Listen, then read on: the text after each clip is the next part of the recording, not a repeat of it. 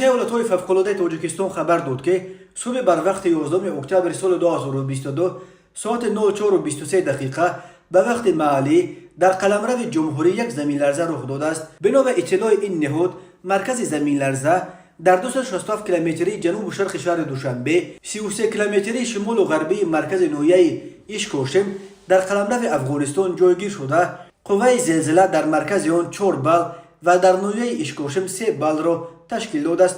کمیته ولایت‌های فوق‌العاده گفت در نتیجه این آفت طبیعی یگان تلفات جانی و خسارات به قید گرفته نشده است. در همین حال مرکزهای بین المللی زلزله نگاری اقتدار زمین لرزه اخیر در مرز تاجیکستان و افغانستان را طبق جدول ریختر 5 بال برآورد کردند. به گفته آنها زمین در اینجا ساعت 04:23 دقیقه صبح 11 اکتبر در عمق 107 کیلومتر لرزیده است.